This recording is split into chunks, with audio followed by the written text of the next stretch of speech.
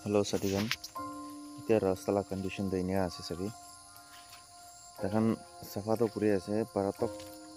জলদি কৰিবলৈ কোশিশ কৰি আছে পানী নাগিৰিলে তো ওৱান ৱে তো অলপ জলদি খুলিব নিচিনা আছে কিন্তু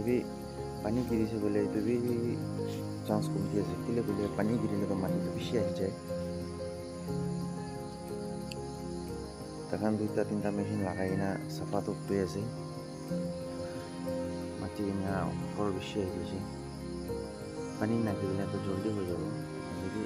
পানী গিৰিছে বোলে দিগদাৰ আছে